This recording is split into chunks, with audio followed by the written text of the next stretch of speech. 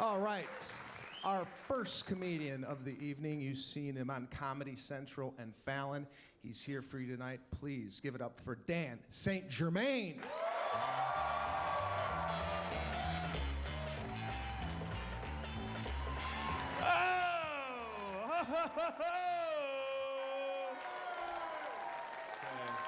Yes! Yes!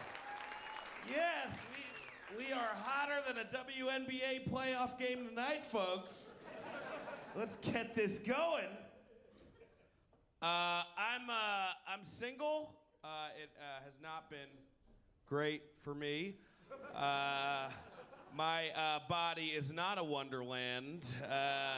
It is a pet cemetery. It's not been good. Have you ever noticed it's only unattractive couples that have great how we met stories? It's never attractive couples. You ask an attractive couple how they met, and it's like, well, we were at a bar, and of course. But you ask an unattractive couple how they met, and it's like, well, I was waiting online at the Epcot Center, and she asked to borrow one of my cheese fries I keep in my fanny pack at all times. I gave her one, and here we are back at the Epcot Center. She's the apple of my eye because the other eye is missing.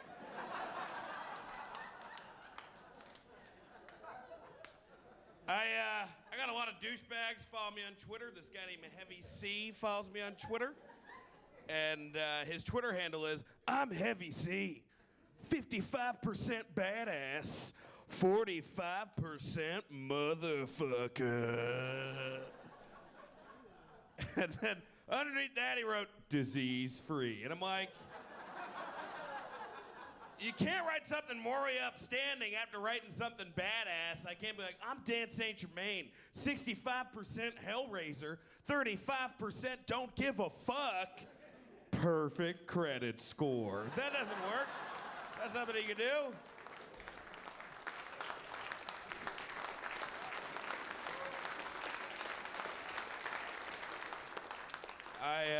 I was in LA recently. It was pretty great. I got to drive. Normally I don't get to drive. Here's a fun game to play if you're driving, folks. What you do is you get in your car, and then you see somebody who's waiting a couple blocks ahead, three or four blocks ahead, and you drive up to him going 90 miles an hour. And then you stop, open the car door, and say, get in, there's no time! And they do. And then you take them to a Panera Bread for a leisurely lunch. Said there was no time. No time to get your hands on this flatbread, am I right? Come on, I'm still gonna murder you, though. Still gonna murder you.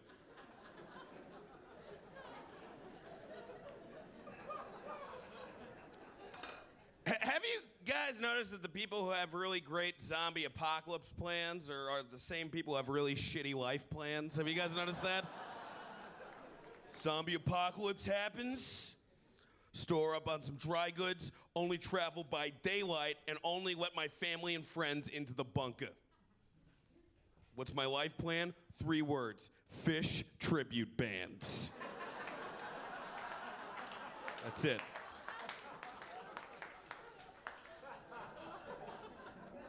I didn't always used to do stand-up. I used to fight crime. I was a crime fighter. I checked ladies' purses before they entered an art museum. And for a full year, I was put in front of this art museum checking purses. Then out of nowhere, my boss throws me in the back. He doesn't give me an answer why until I find out, I swear to God, this is completely true, that First Lady Michelle Obama was coming to visit, and they were nervous that I personally was gonna make a bad impression. I swear to God. What did they think I was gonna do when I saw Michelle Obama? Michelle Obama! Michelle Obama! Please sign my Michelle Obama action figure. It's actually just Storm from the X-Men, but I threw a pantsuit on her.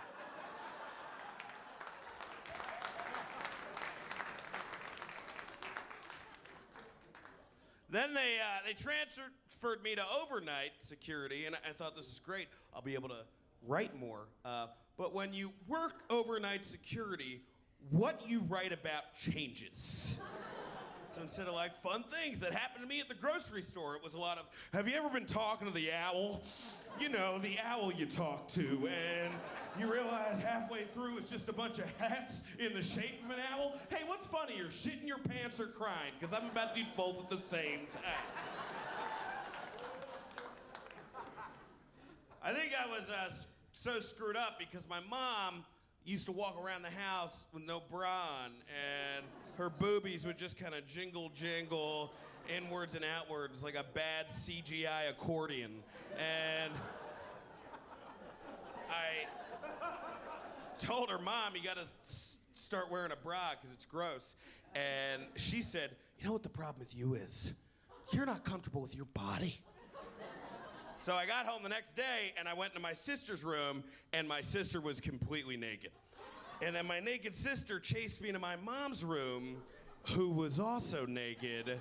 And then they chased me into my dad's office, who was naked.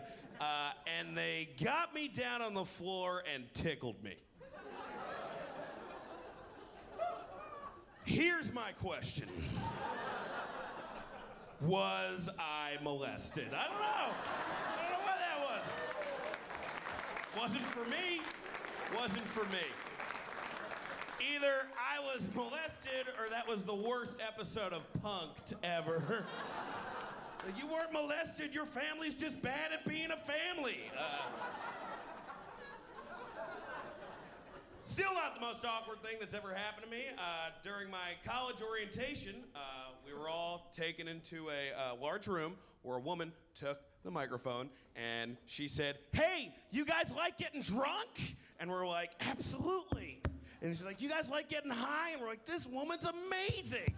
She's like, my brother liked getting drunk or high. We're like, we have no idea where this is going. And he died on the road when he drove into a barricade. And that was not cool. The only thing that would have been worse would be if she reversed the order. She's like, yeah, my brother died on the highway. He was drunk and he drove into a barricade and he died instantly. It was the absolute worst thing that could happen. But anyway, who wants a Jell-O shot? Anybody? No? Who wants it first? Big news, everybody. My sister just came out of the closet. Yeah, she, thank you. She sat me down. She goes, Dan, I'm gay. I said, congratulations, it's a big deal. Now let's go back to watching the TV. And then she said, you're not making this important enough of a moment for me. So I'm like, ugh. Get out of my house, queer! Like, start reading your Bible to your titties, stop liking titties. I don't know how to be homophobic. I got my dick sucked by a guy in college, but by far the gayest thing that I've ever done was acting Joseph in the Amazing Technicolor Dreamcoat in high school. Far gayer. What's gayer to you guys? Don't tell anybody, I want to run for Congress someday. Or Joseph's coat annoyed his brothers, but what makes him mad are the things that Joseph tells us of the dreams he often has. Second one's gayer. Thank you guys.